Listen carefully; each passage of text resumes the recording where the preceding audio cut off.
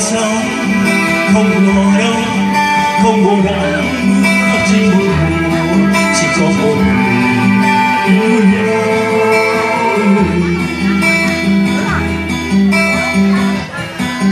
Ở nơi ấy đang chết trong đêm nhớ quanh bờ, một mái trăng nghiêng, một nhạc xanh liếng vương.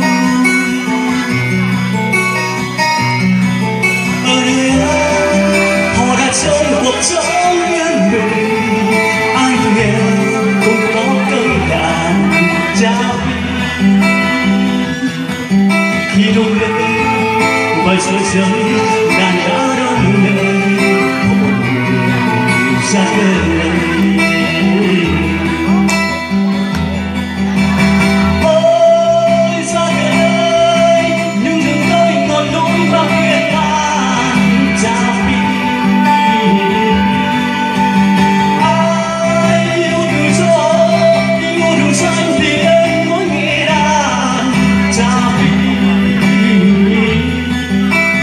Tôi yêu cha phi không còn cô đơn, không buồn, không vui. Tôi nghe cha phi chợt thấy nao lòng vì một giấc mơ. Ôi cha phi con chẳng qua người là ôi xa gần những rừng cây ngọn núi vang tiếng đàn cha phi. Ai yêu từ gió yêu rừng xanh thì em mỗi nghe đàn cha phi.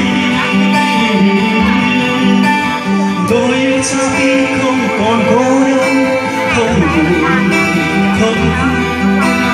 Tôi nghe cha phi chợt thấy nao lòng vì một giấc mơ. Ôi cha phi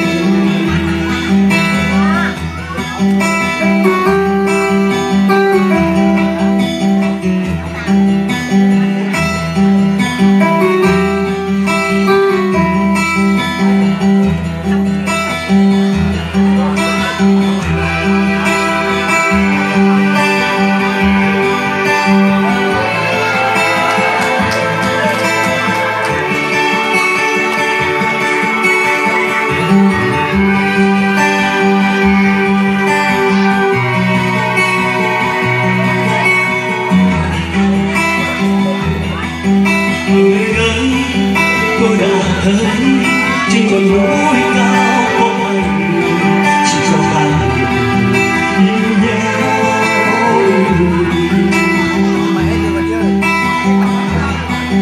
Họ đã sống không mùa đông, không mùa nắng mưa có được người, chỉ cho một người yêu nhau.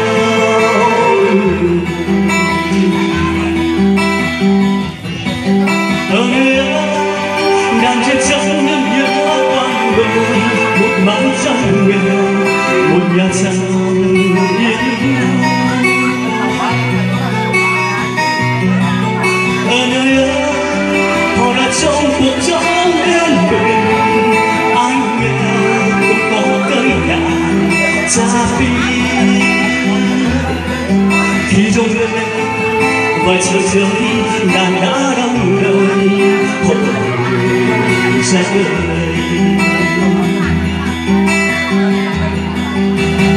Ôi xa gần những rừng cây ngọn núi mang tiếng đàn cha phi.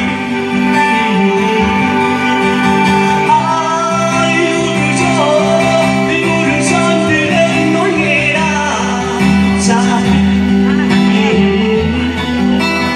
Tôi yêu cha phi không còn cô đơn, không buồn, không vui. Tôi nghe cha phi chợt thấy nao lòng vì một giấc mơ. Ôi cha cha